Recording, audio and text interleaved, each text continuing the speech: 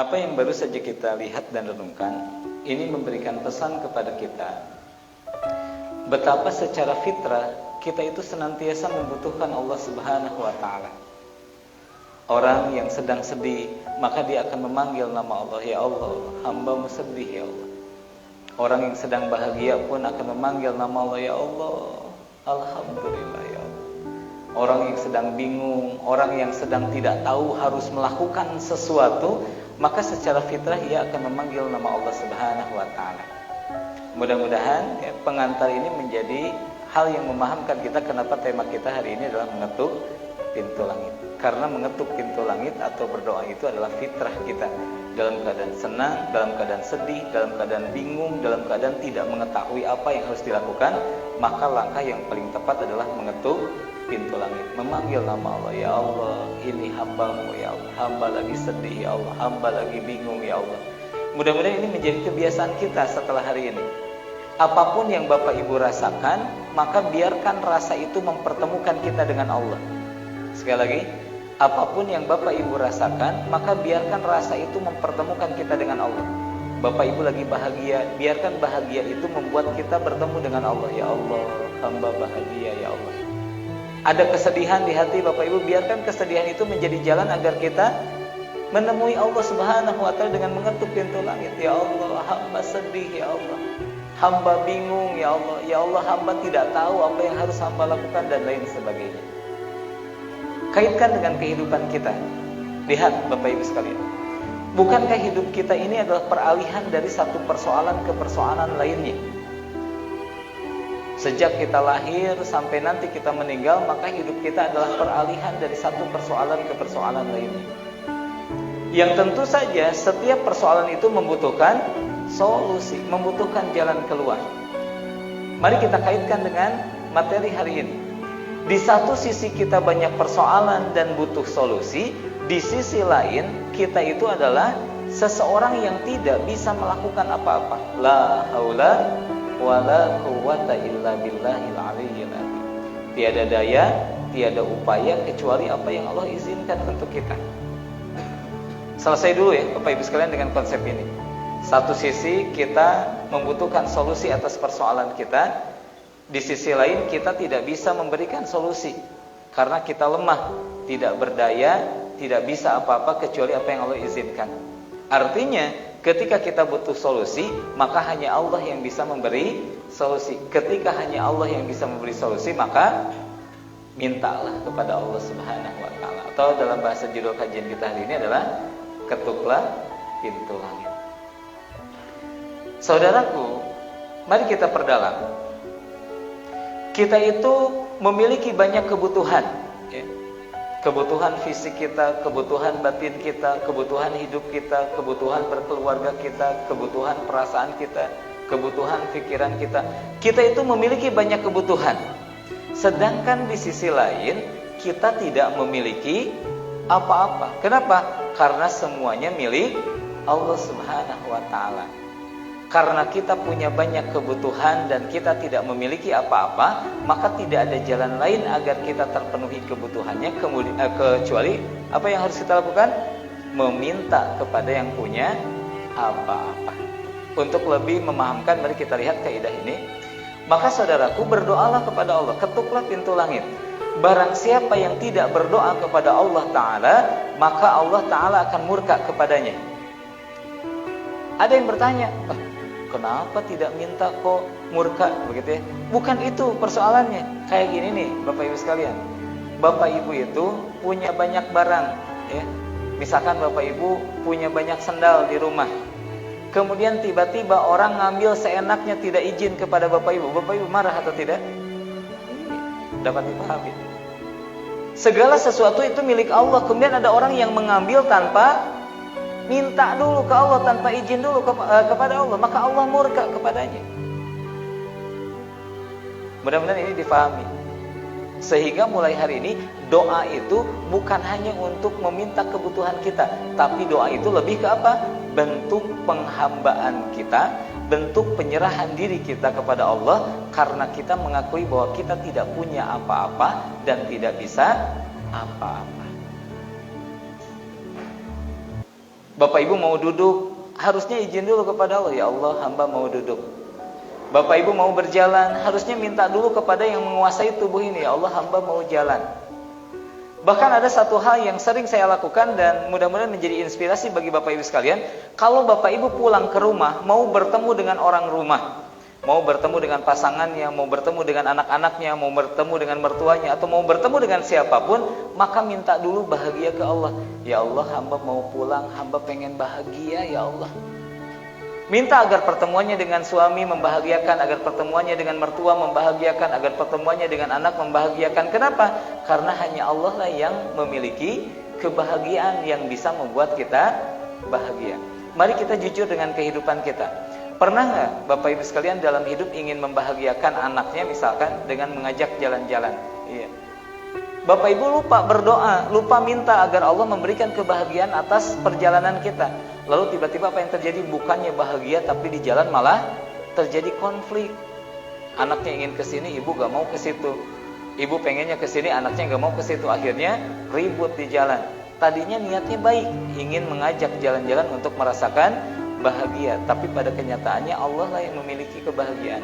Boleh jadi kita lupa untuk meminta kepada Allah.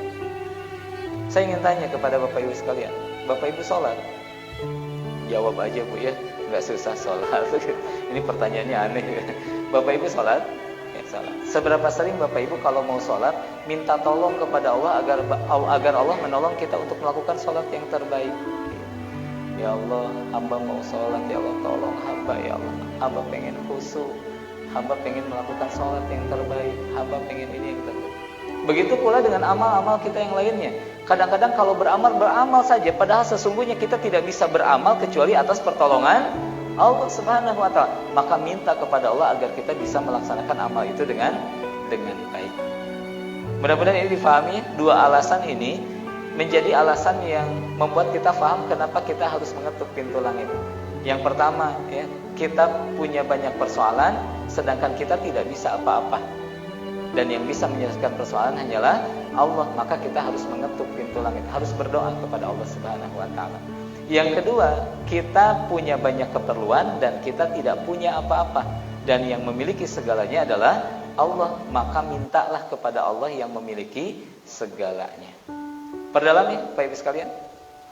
Lihat hadis riwayat Tirmizi, tidak ada sesuatu yang lebih besar pengaruhnya di sisi Allah Ta'ala selain doa. Apa-apa yang kita lakukan, apa-apa yang kita kerjakan, begitu ya, itu sangat dipengaruhi oleh doa kita. Sangat dipengaruhi oleh doa kita. Contoh yang paling mudah Bapak Ibu sekalian, doa yang paling sederhana yang bisa dilakukan oleh seorang muslim itu apa? Ketika hendak melakukan sesuatu, maka mulailah dengan basmalah. Itu doa yang paling sederhana. Bismillahirrahmanirrahim.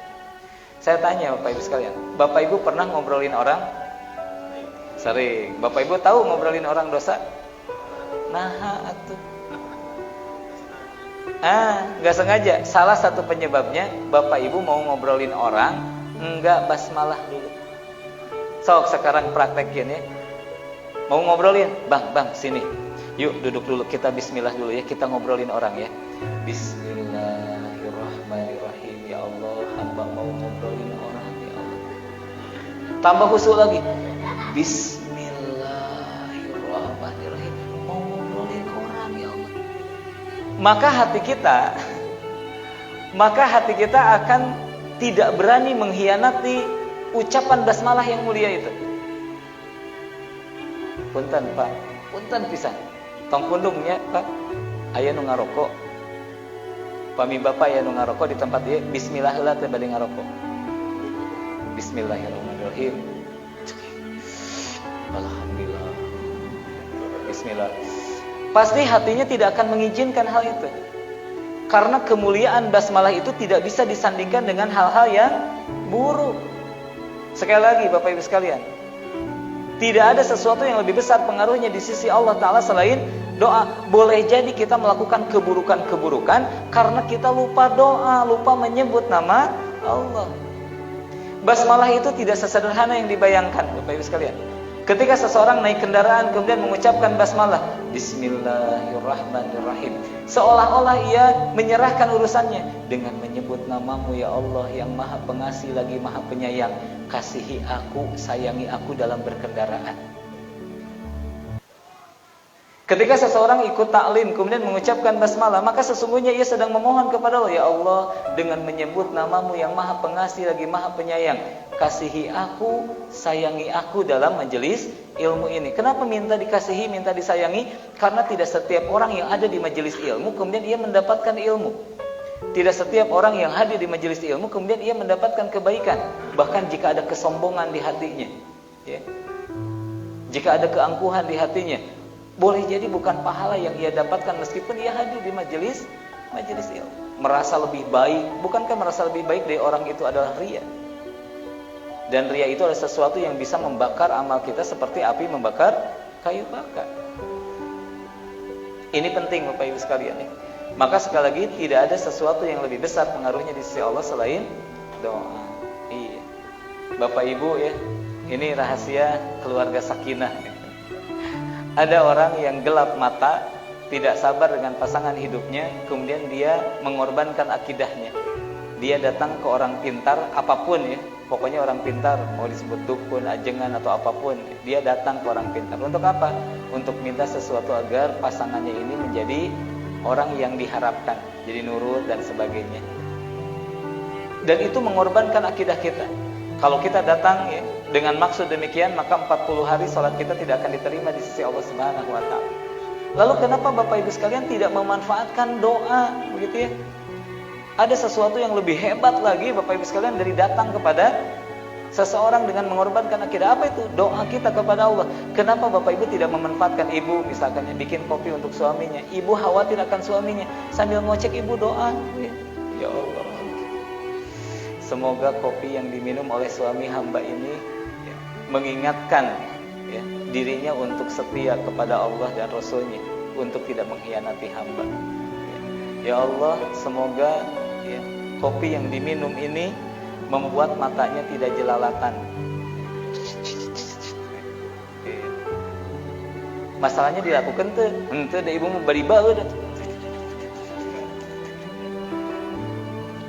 Iya. Bikin nasi goreng, ibu bikin sahur ya, ibu sambil doa, nggak ada ruginya. Ya Allah, semoga hidangan sahur ini membuat anak-anak kami kuat puasanya, membuat anak-anak kami bukan hanya menahan lapar dan haus, tapi ia menahan pandangannya, ia menahan pendengarannya, ia menahan hatinya, sehingga yang puasa bukan hanya perutnya, tapi yang puasa adalah matanya, telinganya, hatinya. Ya Allah, semoga gitu ya, air madu yang saya buat ini gitu, membuat suami hamba semakin giat beribadah, semakin banyak tilawah Al-Qur'annya, semakin banyak istighfarnya. Lalu kenapa kita tidak memanfaatkan itu? Ibu setrika baju, ya Allah, semoga baju yang saya rapihkan ini menjaga kehormatan suami hamba dari maksiat dan dosa. Iya. Ya Allah, semoga, ya Allah, semoga, ya Allah, semoga. Karena sekali lagi tidak ada yang lebih besar pengaruhnya di sisi Allah Ta'ala selain doa.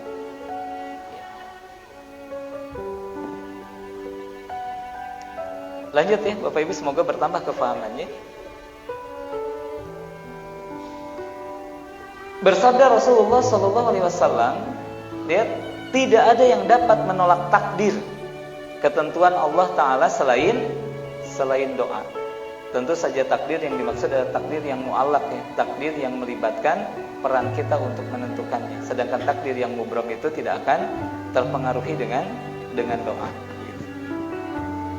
Contoh yang paling mudah, salah satu jenis takdir mu'allaq itu adalah amal-amal kita. Jadi kalau Bapak Ibu ingin menjadi ahlul Quran, Bapak Ibu bisa minta kepada Allah, ya Allah, jadikan kami orang yang bersahabat dengan Al-Quran, jadikan kami mudah membacanya, jadikan kami mudah memahaminya, jadikan kami mudah. Itu akan mempengaruhi ya kedekatan kita dengan Al-Quran. Tapi kalau untuk urusan ajal ya, takdir yang mubram, takdir yang tidak melibatkan kita untuk menentukannya, ajal itu kan hak Allah yang menentukan. Maka kita tidak bisa ya, tidak bisa dengan doa-doa kita kemudian menghindarkan maut yang seharusnya datang kepada kita. Fa idza ajaluhum la yastakhiruna sa'a. Maka untuk urusan amal dan susah senang kehidupan kita harus banyak berdoa, karena doa kita akan mempengaruhi amal-amal kita, akan mempengaruhi susah senang kita. Maksudnya begitu. Lanjut Bapak Ibu sekalian. Maka saudaraku, berdoalah, mintalah kepada Allah untuk hal sekecil apapun. Saya pernah mendengar salah seorang ustadz menyampaikan gitu ya, bahwa beberapa orang sahabat Rasul itu kalau mengalami kejadian, maka ia selalu terkait dengan Allah Subhanahu, selalu terhubung dengan Allah Subhanahu. Contoh, Bapak Ibu sekalian, ketika salah seorang sahabat sandalnya putus, begitu ya, maka dia langsung menemui Allah Subhanahu wa taala dengan mengatakan, "Ya Allah, sandal hamba putus ya Allah." Lihat Bapak Ibu sekalian, bagaimana seseorang berlatih untuk mengetuk pintu langit dalam kebutuhan sekecil apapun.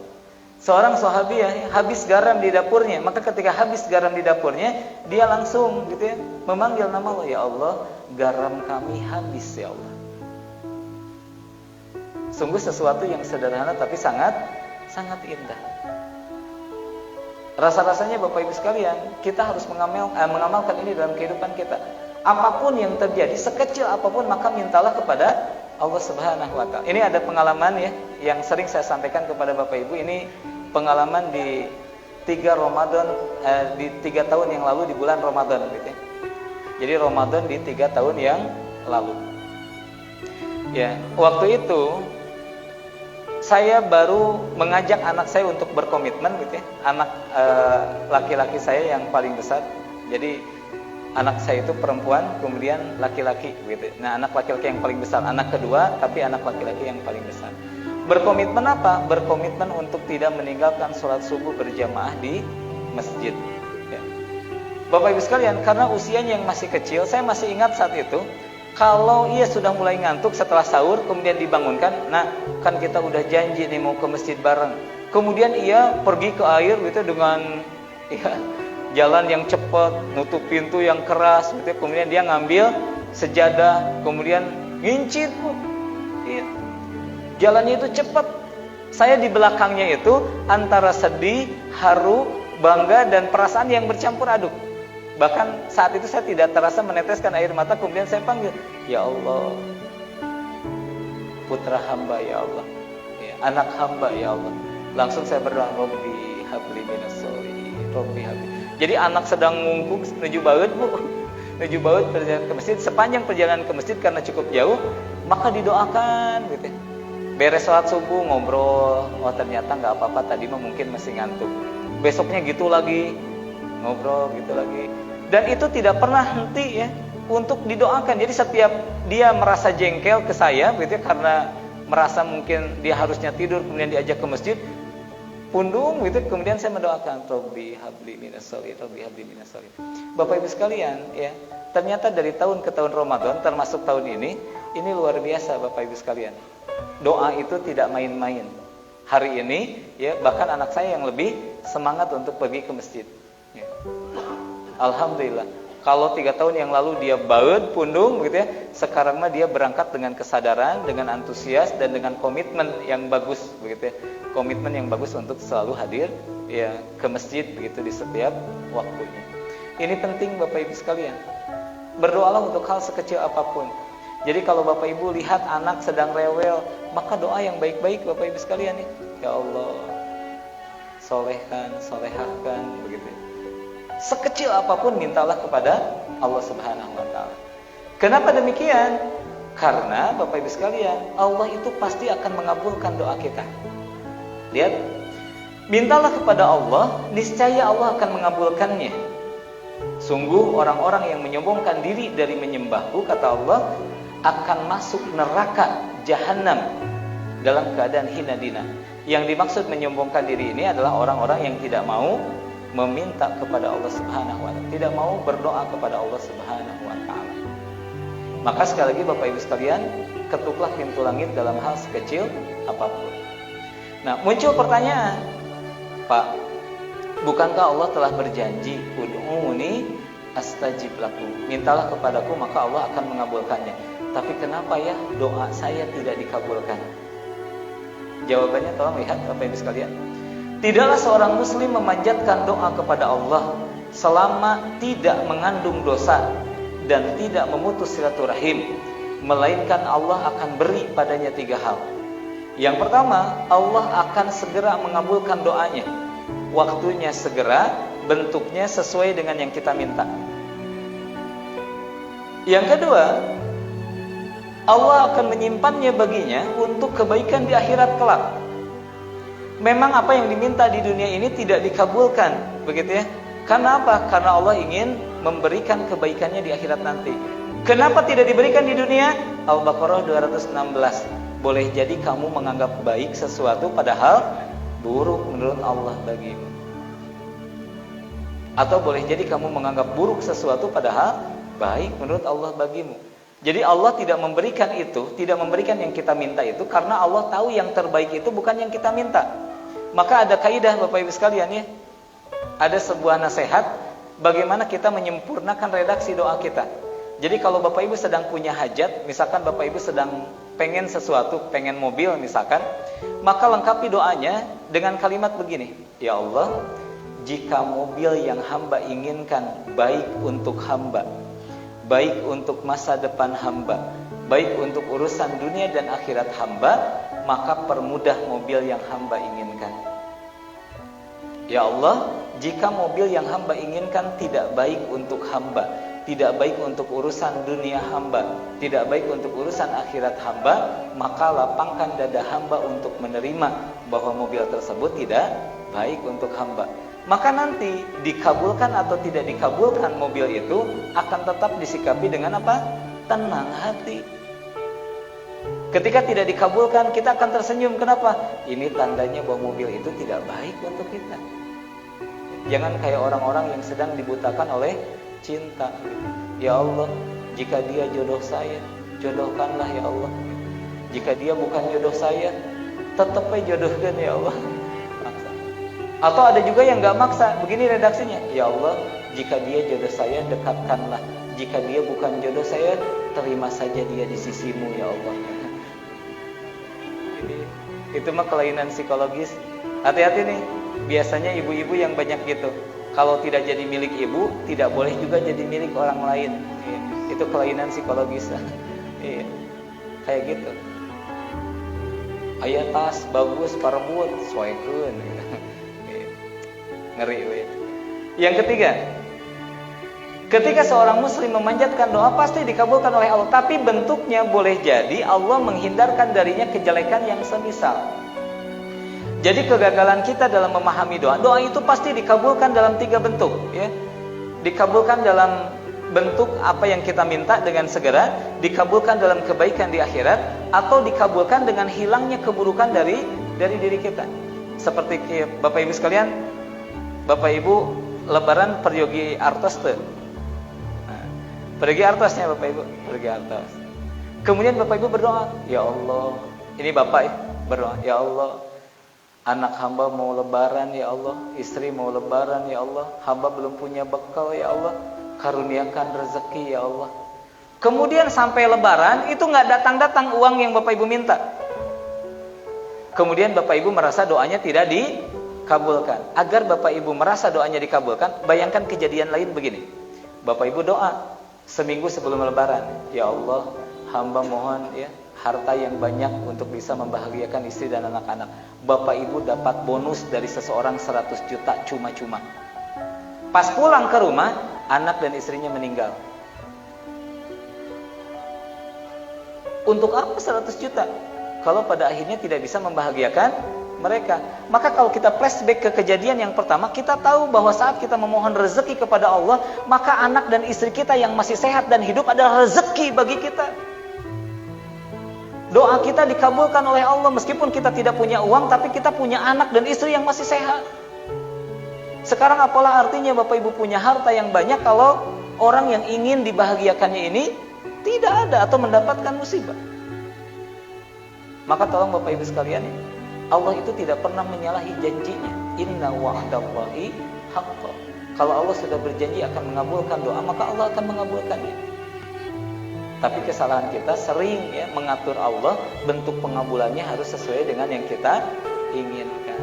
Padahal Allah punya Ya, pandangan yang terbaik. Sekali lagi, boleh jadi kamu menganggap baik sesuatu padahal buruk menurut Allah bagimu, dan boleh jadi kamu menganggap buruk sesuatu padahal baik menurut Allah bagimu. Maka setelah mendapatkan penjelasan ini, lihat para sahabat lantas mengatakan, kalau begitu ya Rasulullah, kami akan memperbanyak doa. Lalu Rasulullah mengomentari ya, niat para sahabat itu dengan ucapan, dan Allah nanti akan memperbanyak mengabulkan doa kalian. Semakin banyak doa kita, semakin dikabulkan doa kita dalam bentuk waktu yang terbaik menurut Allah Subhanahu wa ta'ala.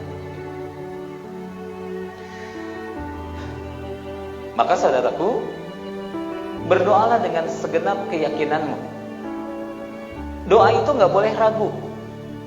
Ya, saya sering menyampaikan ini dengan sederhana, Bapak Ibu sekalian.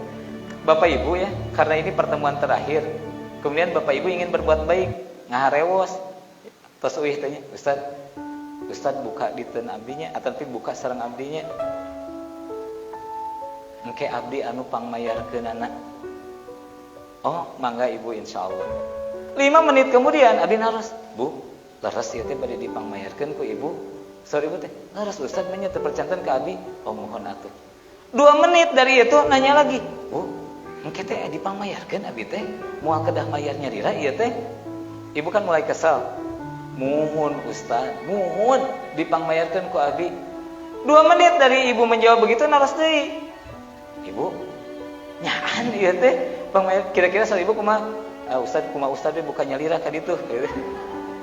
Orang yang berdoa kemudian ragu kepada Allah begitu ya, maka itu lebih bahaya daripada orang yang tadi bersikap begitu kepada Ibu. Allah ini maha kuasa ya. Allah ini maha kaya. Allah ini tidak pantas untuk diragukan begitu ya. Tidak pantas untuk diragukan. Kemudian ada orang yang meragukan dirinya. Berkacalah kepada Nabi Ibrahim alaihissalam. Nabi Ibrahim itu pernah diuji menanti keturunan dengan waktu yang begitu lama. Disebutkan dalam salah satu sirah itu 60 tahun Nabi Ibrahim menanti keturunan. Apa yang hebat? Disebutkan dalam sirah itu tidak ada satu hari pun dari harinya Nabi Ibrahim selama 60 tahun penantiannya kecuali ia tetap yakin bahwa Allah akan memberikan keturunan. Dia tetap memohon kepada Allah setiap harinya, ya Allah, Rabbi habli minas sholihin, Rabbi habli minas sholihin. Pertanyaannya, Ibu pernah punya hajat? Pernah. Pernah berdoa? Pernah. Berapa lama? Kita mah 1 bulan, 2 bulan enggak dikabulkan, sigana mah teu dikabulkeun. Langsung ragu. Padahal enggak boleh begitu. Harus tetap yakin kepada Allah bahwa Allah belum memberi itu karena Allah tahu yang terbaik untuk kita. Allah tahu yang terbaik untuk kita. Ada seorang ibu ya yang sangat ingin anaknya menjadi PNS, anak tunggalnya. Enggak tahu kenapa, pokoknya dia memandang PNS itu mungkin baik atau gimana lah.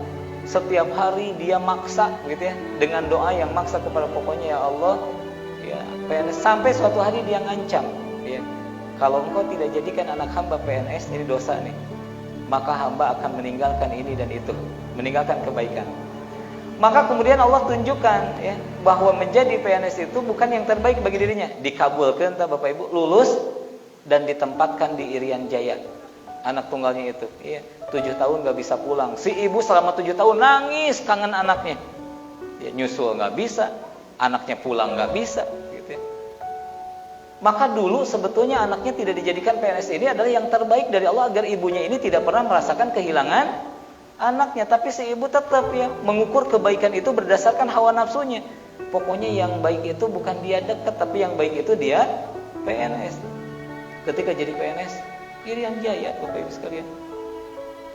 Kalau sekarang ke Irian Jaya lebih serem ya, KKB. Iya. Maka sekali lagi, berdoalah dengan segenap keyakinan kita kepada Allah Subhanahu wa Ta'ala.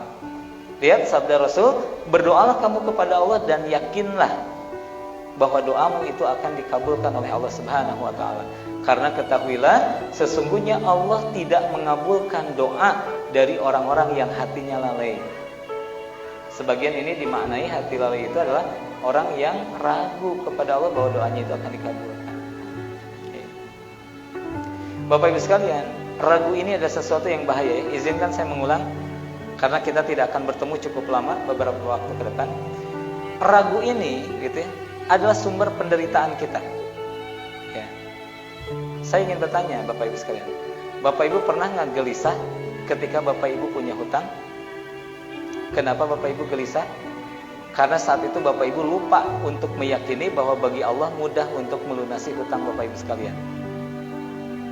Yang Bapak Ibu rasakan apa? Secara tidak langsung Bapak Ibu ragu kepada Allah. Allah kumaha lamun teu kabayar, Allah kumaha lamun kieu, Allah kumaha lamun kitu. Nah, meragukan itu ya, meragukan bahwa takdir Allah itu selalu baik bagi kita itu akan membuat kita menjadi gelisah. Ada pemuda yang takut akan masa depannya. Kenapa ia khawatir akan masa depannya? Karena ia lupa untuk meyakini bahwa masa depannya itu sudah diatur oleh Allah Subhanahu wa Ta'ala. Kalau meyakini maka tenang. Kang kumaha masa depan? Nah, hambat kumaha daya Allah. Mungkin kumaha lamun kieu lamun kitu. Teu kumaha lamun aya Allah mah. Dan Nabi Musa wae pernah dibelahkan lautan untuk menyelamatkannya oleh Allah Subhanahu wa Ta'ala. Api saja pernah didinginkan. Jadi ketika kita bersama Allah, ketika kita diatur oleh Allah kehidupan kita, maka semuanya akan baik-baik saja. Dan itu akan jauh lebih menenangkan hati kita. Kenapa ibu yang diuji oleh suaminya sering resah? Ya. Karena lupa, Bu, yang bisa merubah suami itu bukan kita, tapi Allah. Ini penting, Bu ya. Yakinnya kita kepada Allah itu akan mendatangkan ketenangan. Akan mendatangkan ketenangan kepada hati dan jiwa kita. Lanjut, Bu, lihat. Ini kalimat terakhir yang akan disampaikan pada kesempatan hari ini. Dan apabila hamba-hambaku bertanya kepadamu tentang aku, wahai Muhammad, maka jawablah bahwasanya aku ini adalah dekat. Janji Allah apa? Aku mengabulkan permohonan orang yang berdoa apabila ia berdoa kepadaku. Apabila ia mintanya kepada Allah Subhanahu wa Ta'ala. Maka penuhilah syaratnya, kata Allah. Maka hendaklah mereka itu memenuhi segala perintahku. Hendaklah mereka beriman kepadaku. Dan hendaklah mereka selalu berada dalam kebenaran. Artinya begini, pengabulan doa itu kuasa Allah Subhanahu wa Ta'ala. Tugas kita berdoa sambil memenuhi ya, segala perintah Allah. Berdoa sambil meyakini bahwa Allah akan mengabulkan doa kita. Beriman kepada Allah. Dan berdoa sambil kita tidak melakukan ikhtiar yang salah. Kadang-kadang ya ketika kita mentok gitu ya dengan urusan, kadang-kadang kita tergoda untuk melakukan ikhtiar yang salah. Iya. Ikhtiar yang salah. Kayak beberapa kesempatan gitu ya, ada orang yang nggak tahu bercanda atau memang kenyataan gitu ya. Iya, dia ditolak terus. Iya mah kudu kasih emak. Dia tolak terus kudu kasih emak. Berarti dia sudah tidak memenuhi perintah Allah untuk bertauhid. Berarti ia sudah tidak percaya kepada Allah sehingga lebih percaya ke si emak. Dan ia tidak berada dalam kebenaran karena datang ke si emak itu bukan jalan kebenaran. Maka kalau ketiga hal ini terlanggar oleh seseorang, maka batallah perjanjian yang ada di atas. Doanya tidak akan dikabulkan. Kenapa? Karena tidak memenuhi perintah Allah, karena tidak beriman kepada Allah, karena tidak selalu berada dalam kebenaran. Maka Bapak Ibu sekalian, sekali lagi, ketuklah pintu langit atau berdoalah kepada Allah dalam hal sekecil apapun. Karena tidak ada yang lebih besar pengaruhnya untuk hidup kita kecuali doa. Tidak ada yang lebih besar pengaruhnya di sisi Allah kecuali doa kita kepada Allah Subhanahu wa Ta'ala. Bapak Ibu, sudah jam 2:30 Kalau pertemuan kemarin 2:30 kita sudah selesai. Hari ini lebih 5 menit. Kiranya itu saja yang dapat disampaikan. Mudah-mudahan bermanfaat. Bapak Ibu sekalian, tolong bawa pulang kalimat ini ya. Karena kita cukup lama tidak bertemu, khawatir Bapak Ibu sekalian nanti terbawa suasana di bulan Syawal ya. Terbawa suasana untuk mengikuti hawa nafsu kita. Maka ingat-ingatlah kalimat ini. Ku anfusakum wa ahlikum nar. Bapak Ibu, jagalah diri kita dan keluarga kita dari api neraka ya. Karena kita tidak akan pernah sanggup kalau kita harus menjadi ahli neraka. Jagalah diri kita, artinya mari kita sayangi diri kita dari apa-apa yang membuat kita bisa masuk ke dalam neraka ya. Kemudian jagalah keturunan kita pun dari apa-apa yang bisa membuat ya mereka masuk ke dalam neraka. Mudah-mudahan kalimat ini senantiasa terngiang di hati Bapak Ibu, sehingga Bapak Ibu terus-menerus berusaha untuk tetap ada di jalan kebenaran.